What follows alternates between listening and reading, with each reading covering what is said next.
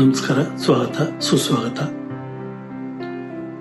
Good, happy and wonderful morning.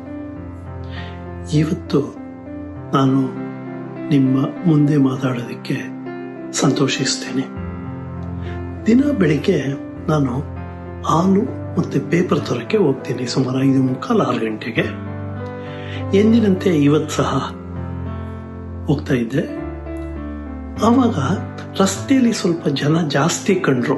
ಸಾಮಾನ್ಯವಾಗಿ regular ಕಾಣೋದಕ್ಕಿಂತ ಇವತ್ತು ಜಾಸ್ತಿ ಕಂಡ್ರು. ಸರಿ, ಹಾಗೆ ಮುಂದೆ ಹೋದ್ರೆ ನಾನು ಬಲಗಡೆ ಒಂದು ಪಾರ್ಕ್ ಸಿಗುತ್ತೆ. ಆ ಪಾರ್ಕಲ್ಲಿ ಕೂಡ ಇವತ್ತು ಜನಸಂದಣಿ ಜಾಸ್ತಿ ಇತ್ತು. ನನಗೆ ಪರಿಚಿತ ಮುಖಗಳಿಗಿಂತ ಅಪರಿಚಿತ ಮುಖಗಳು, ಹೊಸ ಮುಖಗಳು ಕಂಡ್ವು. ಸರಿ, ನಾನು ಹೋಗಿ ಹಾಲು ಪೇಪರ್ ತಗೊಂಡು ವಾಪಸ್ ಹೋಗ್ತಾ ಇದ್ದೆ. ಆವಾಗ ಅನ್ನಿಸ್ತು, ಇವತ್ತು ಹೊಸ ವರ್ಷ. ಆದ್ರಿಂದ ಸಾಮಾನ್ಯವಾಗಿ ಸುಮಾರು ಜನ ಪ್ರತಿಜ್ಞೆ ಮಾಡ್ಕೊಂಡಿರ್ತಾರೆ, ನಾನು ಇವತ್ತಿಂದ ಈ ಕೆಲಸ ಮಾಡಬೇಕು, ಇದನ್ನ ಕಂಟಿನ್ಯೂಸ್ ಆಗಿ ಮಾಡ್ತೀನಿ. ಈ ರೀತಿ ಸಾಮಾನ್ಯವಾಗಿ ಪ್ರತಿಜ್ಞೆಗಳು, ವ್ಯಾಯಾಮ ಮಾಡ್ತೀನಿ, ದಿನ ಪುಸ್ತಕ ಓದ್ತೀನಿ. ಏಕೆಂದರೆ ಈಗ ನಮಗೆ ಈ ಯೂಟ್ಯೂಬು, ಬುಕ್ಸು ಇವೆಲ್ಲ ಸೌಲಭ್ಯಗಳು ಇರೋದ್ರಿಂದ ಈ ಮೋಟಿವೇಶನಲ್ ವಿಡಿಯೋಸು ಇವೆಲ್ಲ ತುಂಬ ಇರುತ್ತೆ. ಅದು ನೋಡಿ ಇನ್ಸ್ಪೈರ್ ಆಗಿರ್ತಾರೆ. ಅದು ಆ್ಯಕ್ಚುಲಿ ತುಂಬ ಒಳ್ಳೆಯದು. ಆದರೆ ಇದರಲ್ಲಿ ಸಾಮಾನ್ಯವಾಗಿ ಎಷ್ಟು ಜನ ಕಂಟಿನ್ಯೂ ಮಾಡ್ತಾರೆ ಅದು ಇಂಪಾರ್ಟೆಂಟು. ನನಗೆ ಗೊತ್ತಿರೋ ಪ್ರಕಾರ ಸುಮಾರು 5-10% ಅಷ್ಟೇ. ಬೇರೆಯವರೆಲ್ಲ ಫೇಡ್ ಔಟ್, ಡ್ರಾಪ್ ಔಟ್ ಆಗಿಬಿಡ್ತಾರೆ, ಕಳ್ಚ್ಕೊಂಡ್ಬಿಡ್ತಾರೆ. ನಾನು ಒಂದು ಸಿನಿಮಾ ನೋಡಿದೆ, ಆ ಲೈನ್ ಜ್ಞಾಪಕಕ್ಕೆ ಬರುತ್ತೆ, knowing the path and walking the path. ಅಂದ್ರೆ ನಿಮಗೆ ದಾರಿ ಗೊತ್ತು, ಬಟ್ ಆ ದಾರಿಯಲ್ಲಿ ಸಾಗ್ತಿದ್ದೀರಾ? ಹೌದಾ? ಸೊ ಈ ಸಿನಿಮಾ ಹೆಸರು ನಾನು ಮರ್ತು ಬಿಟ್ಟಿದ್ದೀನಿ. ಡೈಲಾಗ್ ಮಾತ್ರ ನನಗೆ ಚೆನ್ನಾಗಿ ಜ್ಞಾಪಕ ಇದೆ. ನಾವು ಅಷ್ಟೇ, ಸುಮಾರು ಜನಕ್ಕೆ ಒಳ್ಳೆ ಆಲೋಚನೆಗಳು, ಒಳ್ಳೆ ಐಡಿಯಾಸ್ ಬರುತ್ತೆ, ಆದರೆ ಅದನ್ನ ಇಂಪ್ಲಿಮೆಂಟ್ ಮಾಡಲ್ಲ. ಯಾಕಪ್ಪ ಇಂಪ್ಲಿಮೆಂಟ್ ಮಾಡಲ್ಲ ಅಂದರೆ, ಒಂದು ನಮ್ಮ ಮೆದುಳು, ಬ್ರೈನ್ ಇದೆಯಲ್ಲ, ಬ್ರೈನು ಹೇಳುತ್ತೆ ಐಡಿಯಾ ಬಂದಾಗ, ಸರಿ ಇವಾಗ ಶುರು ಮಾಡೋಣ ಅಂದರೆ ಬೇಡ ನಾಳೆ ಮಾಡೋಣ, ಪೋಸ್ಟ್ಪೋನ್ ಮಾಡುತ್ತೆ.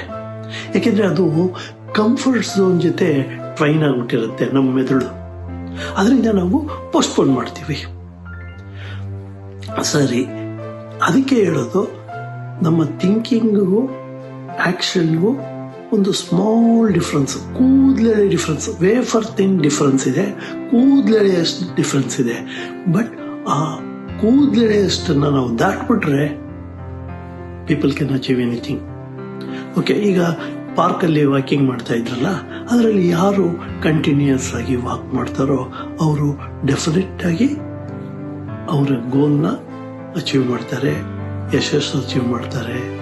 ಅವ್ರೇನು ಅಂದ್ಕೊಂಡಿದಾರೋ ಅದು ಮಾಡೋಕ್ಕೆ ಸಾಧ್ಯ ಆಗುತ್ತೆ. ಈಗ ನಮ್ಮೆಲ್ರಿಗೂ ಒಳ್ಳೆ ಐಡಿಯಾಸ್ ಬರುತ್ತೆ, ಒಳ್ಳೆ ಯೋಚನೆಗಳು ಗೊತ್ತು, ಎಲ್ರಿಗೂ ಗೊತ್ತು ಏನು ಒಳ್ಳೇದು, ಯಾವುದು ಒಳ್ಳೇದು ನಾವು ಮಾಡಬೇಕು ಅಂತ. But actually the hard part is doing it. Okay, ಈಗ ನೋಡಿ, ಸಾಮಾನ್ಯವಾಗಿ ನಾವು ಒಂದು ಬೆಟ್ಟ, ಒಂದು 250-300 ಇದು ಸ್ಟೆಪ್ಸ್ ಇರುವಂಥ ಬೆಟ್ಟ ಹತ್ತಬೇಕು ಅಂದ್ಕೊಂಡು ನಾವು ಬೆಟ್ಟದ ತಪ್ಪಲಲ್ಲಿ ನಿಂತ್ಕೋತೀವಿ. ಆದರೆ ನಾವು ಮೇಲೆ ತುದಿ ನೋಡ್ಬಿಟ್ಟು ಡಿಸ್ಕರೇಜ್ ಆಗ್ಬಿಡ್ತೀವಿ. ಅಯ್ಯೋ, ಅಲ್ಲಿ ತನಕ ಹೋಗ್ಬೇಕಾ, ಅಲ್ಲಿ ತನಕ ಹತ್ತಬೇಕಾ ಅಂತ. ಸರಿ, ಕೆಲವು ಸಲ ಏನು ಮಾಡ್ತೀವಿ ಅಂದರೆ, ಈ ಮೋಟಿವೇಶನ್ ಟಾಕ್ಸು, ವಿಡಿಯೋಸ್ ಎಲ್ಲ ನೋಡಿ 10-20 ಮೆಟ್ಲು ಹತ್ಬಿಡ್ತೀವಿ. ಬಟ್ ನೆಕ್ಸ್ಟ್ ಡೇ ಪುನಃ ಹತ್ತಕ್ಕೋಗಲ್ಲ. ಸೊ ನನ್ನ ಸಜೆಷನ್ ಏನು ಅಂದರೆ, ನೀವು ಒಂದೇ ಮೆಟ್ಲತ್ತಿ, 2ನೇ ದಿನ 2 ಹತ್ತಿ, 3 ಹತ್ತಿ. So consistency and persistency is more important ಯಾವುದೇ ಇದರಲ್ಲಾದರೂ. ಓಕೆ, ಕೆಲವು ಸಲ ಯಾಕಪ್ಪ ನಾವು ಈ ರೀತಿ ನಾಳೆ ಮಾಡೋಣ ಅಂತಂದರೆ, ಒಂದು ಪ್ರೋಕ್ಯಾಸ್ಟಿನೇಷನ್ ಅಂತೀವಿ, ಪೋಸ್ಟ್ಪೋನ್ ಮಾಡೋದು. ಅದು ಬಿಕಾಸ್ ಆಫ್ ಲೇಜಿನೆಸ್ ಇರ್ಬೋದು. ನಾನು ಆಗಲೇ ಹೇಳ್ದಂಗೆ ಬ್ರೈನು ಕಂಫರ್ಟ್ ಝೋನ್ಗೆ ಟ್ರೈನ್ ಆಗಿಬಿಟ್ಟಿರುತ್ತೆ ಅದರಿಂದ ಅಂತ. ಆದರೆ ಇದು ನಾವು ಚೇಂಜ್ ಮಾಡ್ಕೋಬೇಕು. ಅದೇ ರೀತಿ ನೋಡಿ, ನನಗೆ ಸುಮಾರು ಜನ ಪರಿಚಯ ಇದ್ದಾರೆ, ತುಂಬ ಬುದ್ಧಿವಂತರು, ನಾಲೆಡ್ಜಬಲ್ ಪರ್ಸನ್. ಸಾಮಾನ್ಯವಾಗಿ ಎಲ್ಲ ವಿಷಯವನ್ನು ಅವ್ರಿಗೆ ಗೊತ್ತಿರುತ್ತೆ, ಅದರಲ್ಲಿ ಪರಿಣಿತಿ ಸಹ ಪಡೆದಿರ್ತಾರೆ. ಆದರೆ ಅವರು ಯಾವುದೇ ವಿಷಯದ ಬಗ್ಗೆ ಆಕ್ಟ್ ಮಾಡಿರಲ್ಲ. ಸೊ ಅವರು still they remain A knowledgeable person. ಹೌದಾ? ಅದೇ ರೀತಿ ಇದಕ್ಕೆ ನಾನೊಂದು ಸಣ್ಣ ಉದಾಹರಣೆ ಕೊಡಬಲ್ಲೆ. ದೀಪ ಬತ್ತಿ ಇದೆ, ನಾವು ಎಣ್ಣೆ ಸೇರಿಸ್ತಾ ಇದ್ದೀವಿ. ಹೌದಾ? ಸೊ ಎಣ್ಣೆ ಸೇರಿಸಿ ಸುಮ್ಮನೆ ಕೂತ್ರೆ ಆಗುತ್ತಾ? ಆ ದೀಪದಿಂದ ಬೆಳಕು ತಗೋಬೇಕು, ಪ್ರಕಾಶ ತಗೋಬೇಕು, ಸುತ್ತಲೂ ಪ್ರಕಾಶಮಾನವಾಗಿರಬೇಕು ಅಂದರೆ ನಾವೇನು ಮಾಡಬೇಕು? ಬೆಂಕಿ ಹಚ್ಚಬೇಕು, ಕಿಡಿ. So that spark is more important. Otherwise ಈ ಎಣ್ಣೆ ದೀಪದ ಎಣ್ಣೆ ನಾಲೆಡ್ಜಬಲ್ ಪರ್ಸನ್ ಆಗಿ ಉಳಿದೋಗ್ಬಿಡುತ್ತೆ. ಅದೇ ರೀತಿ ಸುಮಾರು ಜನ ಇಂಟೆಲೆಕ್ಚುವಲ್ಸ್, ಅವರು ನಾಲೆಡ್ಜ್ ಚೆನ್ನಾಗಿದೆ, ಅವ್ರ ವೊಕ್ಯಾಬ್ಲರಿ ಚೆನ್ನಾಗಿದೆ, ವಿಷಯ ಚೆನ್ನಾಗಿ ಗ್ರಹಿಸಿರ್ತಾರೆ. ಅವರು ನಾನು ಒಂದು ಸಣ್ಣ ಪುಸ್ತಕ ಬರೀಬೇಕು ಅಂತ ಇರ್ತಾರೆ. ಅವರು ಅಂದ್ಕೊಂಡೇ ಇರ್ತಾರೆ, ಬಟ್ ಬರೆಯೋದೇ ಇಲ್ಲ. ಅವ್ರಿಗೆ ನನ್ನ ಸಜೆಷನ್ ಏನು ಅಂದರೆ, ನೀವೇನೋ ಬರೀಬೇಕು ಅಂತಿದ್ದೀರಾ, ಆಯಿತು, ದಿನ ಒಂದು ಪ್ಯಾರಾಗ್ರಾಫಿಂದ ಶುರು ಮಾಡಿ. ಇವತ್ತೊಂದು ಪ್ಯಾರಾಗ್ರಾಫು, ನಾಳೆ ಒಂದು ಪ್ಯಾರಾಗ್ರಾಫು, ನಾಡಿದ್ದೊಂದು ಪ್ಯಾರಾಗ್ರಾಫು, ಈ ರೀತಿ ಬರೀತಾ ಹೋಗಿ. ಕೆಲವು ಸಮಯ ಏನಾಗುತ್ತೆ ಅಂದರೆ, ಕೆಲವು ಹಾರ್ಡ್ ಡೇಸ್ ಇರುತ್ತೆ, ಅವಾಗ ಏನು ಐಡಿಯಾಸೇ ಬರಲ್ಲ. ಆದರೂ ನೀವು ಬರೆಯೋದನ್ನು ಕಂಟಿನ್ಯೂ ಪ್ರಯತ್ನ ಮಾಡಿ. ಸೊ ಇದರಿಂದ ನಿಮಗೆ ಬೆನಿಫಿಟ್ ಆಗುತ್ತೆ. ಇಲ್ಲದೇ ಇದ್ರೆ ನಿಮ್ಮ ನಾಲೆಡ್ಜು ಎಲ್ಲ ಕಾಡಲ್ಲಿ ಬೆಳೆದಿಂಗಳು ವೇಸ್ಟ್ ಆದಂಗೆ ವೇಸ್ಟ್ ಆಗೋಗ್ಬಿಡುತ್ತೆ. ಆಮೇಲೆ ನಿಮ್ಮ ಕನಸುಗಳು ನೆನಸಾಗೇ ಉಳಿಯುತ್ತೆ, ನೀವೇನು ಅಚೀವ್ ಮಾಡೋಕ್ಕಾಗಲ್ಲ. ಸೊ ನೀವೇನು ಥಿಂಕ್ ಮಾಡ್ತಿರೋ ಅದ್ರ ಮೇಲೆ ಆ್ಯಕ್ಟ್ ಮಾಡೋದು, ದಟ್ ಈಸ್ ಮೋರ್ ಇಂಪಾರ್ಟೆಂಟ್. ಹೌದಾ? ಅದೇ ರೀತಿ ಈಗ ನಾವು ಈ ಗ್ಯಾಪ್ ಅಂತ ಹೇಳಿದೆ, wafer thin gap between action, thinking and action. ಏನಪ್ಪ ಅದು ಅಂದರೆ, ಅದೇ ಪೋಸ್ಟ್ಪೋನಿಂಗ್ ನೇಚರ್. ಏನು ಅಂದರೆ, ವೇರಿಯಸ್ ರೀಸನ್ಸ್ ಇರ್ಬೋದು. ನಾನು ಮಾಡಿದ್ರೆ 100% ಪಕ್ಕಾ ಮಾಡಬೇಕು, ಎಲ್ಲೂ ತಪ್ಪಿರಬಾರ್ದು. ನೋಡಿ, ಪ್ರಪಂಚದಲ್ಲಿ majority of people are not perfect 100%. So ನೀವು ಯಾರ ಅಚೀವ್ ಮಾಡಿರೋರನ್ನ ನೋಡಿ, ಅವರು 100% ಪರ್ಫೆಕ್ಟ್ನೆಸ್ ಇಲ್ಲ ಅವರಲ್ಲೂ. ಸೊ ನೀವು ಆ್ಯಕ್ಷನ್ ಮಾಡೋದು ತುಂಬ ಇಂಪಾರ್ಟೆಂಟು. ಈ ಡಿಫರೆನ್ಸ್ ನಿಮಗೆ ನಾನು ಹೇಳಿದೆ. ಹೌದಾ? ಈ ಗ್ಯಾಪ್, ವೇಫರ್ ಥಿನ್ ಗ್ಯಾಪ್, ಅದೇನಪ್ಪ ಅಂದರೆ ಪ್ರೋಕ್ಯಾಸ್ಟಿನೇಷನ್ ಅಂತ ನಾವು ಹೇಳ್ಬೋದು. ಅದನ್ನು ನಾವು ಕೈ ಬರಹದಲ್ಲಿ the letter T and I ಅಲ್ಲಿ ಕಂಡುಹಿಡಿಬೋದು.